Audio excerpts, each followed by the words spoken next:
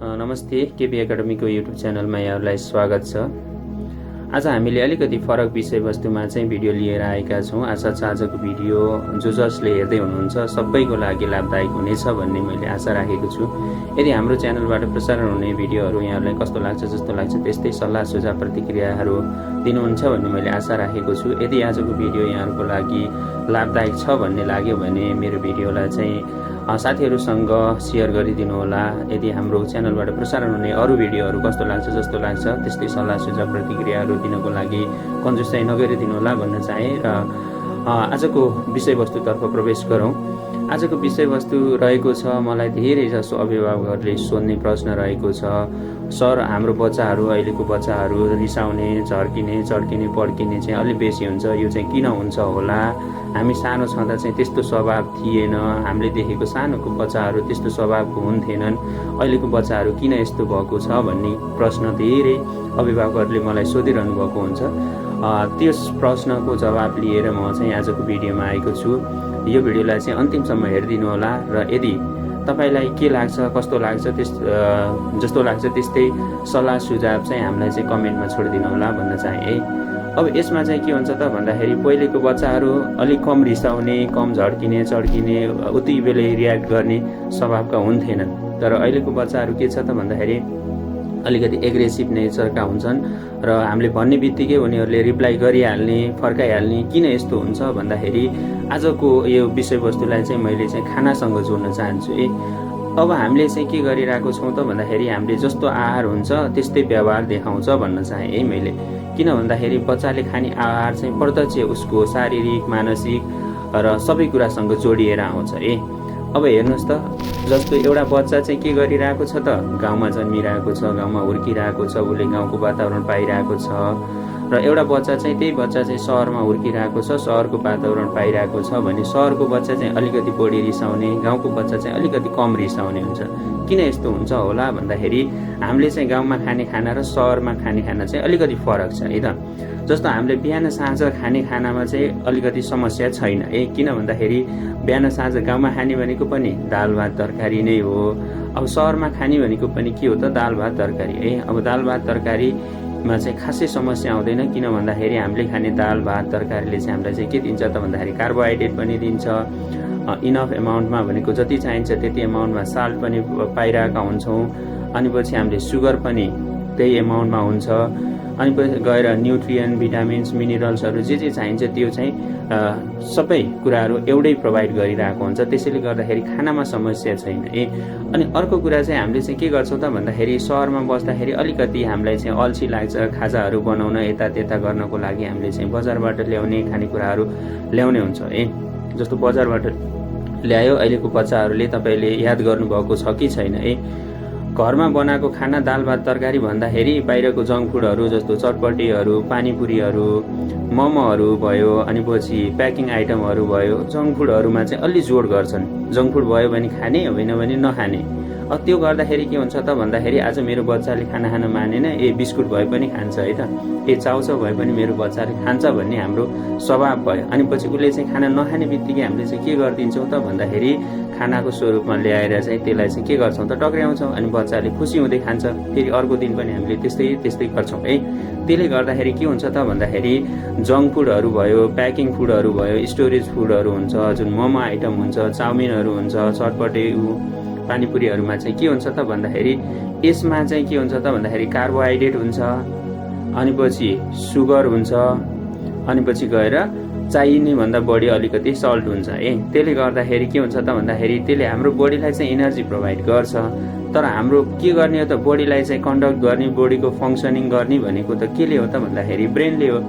ब्रेनले, मस्तिष्कले चाहिँ के गर्दैन त भन्दाखेरि प्रपरली फङ्सनिङ गरेन जस्तो हाम्रो मस्तिष्कलाई चाहिने चाहिँ के हो त भन्दाखेरि भिटामिन, प्रोटिन, न्युट्रियन्स, मिनरल्सहरू हो अब त्यो चाहिँ ब्रेनलाई चाहिन्छ ब्रेनले फङ्सनिङ गर्नको लागि। अब तपाईँले चाहिँ के खुवाइरहनु भएको छ त, कार्बोहाइड्रेट, सुगर, फ्याटहरू बढी खुवाइरहनु भएको छ भनेपछि तपाईँको बच्चाको ब्रेनको विकास चाहिँ जति मात्रामा हुनुपर्ने हो त्यति मात्रामा चाहिँ तपाईँको बच्चाको ब्रेन विकास भएको हुँदैन। र जति मात्रामा चाहिँ ब्रेनलाई चाहिने न्युट्रियन्ट्स मिनरल्स भिटामिन्सहरू हो त्यति मात्रामा चाहिँ गएन भने हाम्रो ब्रेनको फङ्सनिङ प्रपर हुँदैन, प्रपर ग्रोथ हुँदैन। र त्यसले गर्दाखेरि जस्तो तपाईँलाई चाहिँ दिनभरि काम लगाइरहेको छ, अब तपाईँलाई खाना केही दिइरहेको छैन भने तपाईँलाई रिस उठ्छ कि उठ्दैन? रिस उठ्छ, अवश्य पनि रिस उठ्छ। किन भन्दाखेरि हामी थाकिरहेको हुन्छौँ, काम गर्न सकिरहेको हुँदैनौँ। अब त्यसमा खाना पनि छैन, केही पनि छैन भने हाम्रो बडीले स्वाभाविक रूपमा चाहिँ प्रतिक्रिया देखाउँछ हो। हाम्रो ब्रेनले पनि के हुन्छ त, हामीले खाना खायौँ, पेटको लागि खायौँ, शरीरको लागि खाइरहेछौँ, तर हाम्रो मस्तिष्क भनेको हाम्रो ब्रेन, हाम्रो ओभरअल बडीलाई चाहिँ कन्डक्ट गर्ने, बडीलाई चाहिँ सञ्चालन गर्ने केले हो त? मस्तिष्कले। मस्तिष्कले सञ्चालन गर्ने, मस्तिष्कले राम्रोसँग इनर्जी पाएन, राम्रोसँग फङ्सनिङ भएन भने हामी रिसाउने, जर्किने, चड्किने, बोल्ने यतात्यता हुन्छ है। त्यसले गर्दाखेरि के भयो त भन्दाखेरि त्यही बच्चा गाउँमा हुर्किरहेको छ। अब उसले चाहिँ गाउँमा खानेकुराहरू हुन्छ, जस्तो बिहान दाल भात तरकारी खान्छ, दिउँसो रोटी हुन्छ अथवा के हुन्छ है। उसले चाहिँ के खान्छ त भन्दाखेरि अर्ग्यानिक नै खाइरहेको हुन्छ अथवा घरमा बनाएको होममेड खानाहरू खाइरहेको हुन्छ। ऊ चाहिँ जङ्क फुडको एक्सेसमा चाहिँ त्यति हुँदैन, भनेको प्याकिङ फुडहरू उसले चाहिँ कम मात्रामा खाएको हुन्छ। कम मात्रामा खान्छ भन्नुको मतलब उसको ब्रेनलाई चाहिने भिटामिन्स मिनरल्स न्युट्रियन्ट्सहरू प्रोटिनहरू फ्याटहरू चाहिँ उसले चाहिँ के गरिरहेको छ त भन्दाखेरि सफिसियन्ट एमाउन्टमा खाइरहेको छ। उसले प्रतिक्रिया पनि के गर्छ त भन्दाखेरि त्यही अनुसार दिन्छ। अनि बजारको बच्चा छ, अनि बजारमा छ, अब उसले खाना खान मान्दैन, यो मान्दैन, त्यो मान्दैन, अनि के मान्छ त, जङ्क फुड खान मान्छ। चाउचाउ खान भनेपछि खुसी हुन्छ, हुरुक्क हुन्छ। भनेपछि के रहेछ त भन्दाखेरि बजारको बच्चा चाहिँ के हुन्छ त भन्दाखेरि ओभरवेट हुने है। अब यो त्यो हुने समस्या के रहेछ त भन्दाखेरि जङ्क फुडहरू प्याकिङ फुडहरूले चाहिँ हामीलाई चाहिँ के दिँदो रहेछ त भन्दाखेरि इनर्जी प्रोभाइड गर्छ। इनर्जी प्रोभाइड गर्नको लागि हामीलाई चाहिँ एकदमै बढी एमाउन्टमा चाहिँ के हुन्छ त भन्दाखेरि कार्बोहाइड्रेट हुन्छ, सुगर हुन्छ, अनि पछि अनहेल्दी फ्याट हुन्छ, अनि पछि अर्को गएर साल्टको मात्रा चाहिँ बढी हुन्छ। त्यसले चाहिँ हाम्रो शरीरको विकास गर्छ तर मस्तिष्कको विकास गर्दैन है। जस्तो ती फुडहरू प्याकिङ हुनको लागि जस्तो हामीले भन्यौँ नि, जस्तो प्याकिङ आइटमहरू हुन्छ, त्यसमा चाहिँ के हुन्छ त भन्दाखेरि हामीले घरमा बनाएको खाना चाहिँ एकै दिनमा बिग्रिने, अर्को दिन राख्न नमिल्ने। तर त्यो बजारमा आएको फुडहरूलाई चाहिँ हामीले चाहिँ के गर्न मिल्छ त भन्दाखेरि वर्षौँ राख्न मिल्ने, 3-4 महिना राख्दा पनि केही नहुने। अब त्यसमा चाहिँ के युज गरिरहेको हुन्छ त भन्दाखेरि त्यसमा त फङ्गस लाग्छ, भनेको फङ्गसबाट जोगाउनको लागि एन्टी फङ्गस भनेर सोडियम चाहिँ बेन्जोएट भनेर युज गरिरहेको हुन्छ है।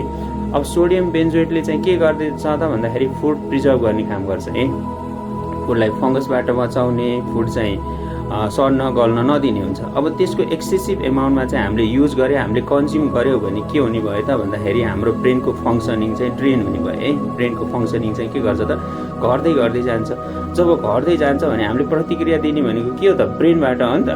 त्यो भएर चाहिँ हामीले चाहिँ के गर्छौँ त भन्दाखेरि त्यस्तो खानाहरूबाट बच्चालाई जोगाउने, त्यस्तो खानाबाट बच्चालाई चाहिँ अलि टाढा राख्ने अथवा कम गर्दै जाने, होममेड खानाहरूमा चाहिँ बच्चालाई अलिकति जोड दिने गरियो भने यस्तो रिसाउने चड्किने झड्किने समस्याबाट चाहिँ हामी छुटकारा पाउन सकिन्छ है।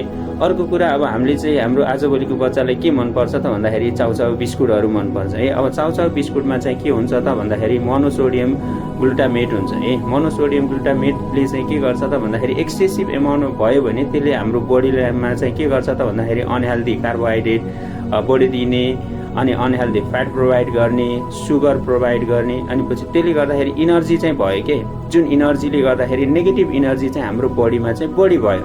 पोजिटिभ इनर्जी हुनुपर्ने, नेगेटिभ इनर्जी बढी भयो भने हामीले चाहिँ नेगेटिभ प्रतिक्रिया चाहिँ बढी दिने भयो है। जस्तो तपाईँसँग के छ त भन्दाखेरि तपाईँले चाहिँ कुनै काम गरिरहनु भएको छ, तपाईँलाई चाहिँ खाना पनि टाइममै दिइरहेको छ, सबै कुराहरू टाइममा दिइरहेको छ भने तपाईँले काम पनि केमा गर्नुहुन्छ त, टाइममा गर्नुहुन्छ।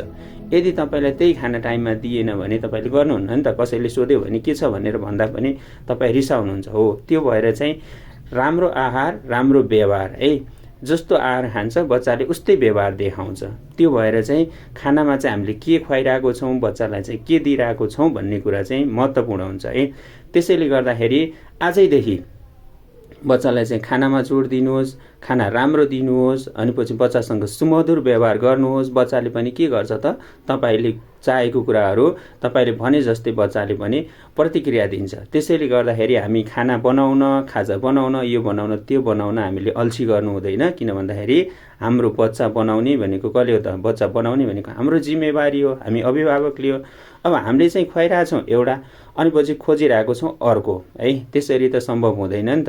त्यो भएर चाहिँ हामीले चाहिँ राम्रो आहार राम्रो व्यवहार भन्ने कार्यक्रम सञ्चालन गर्दैछौँ। त्यसको लागि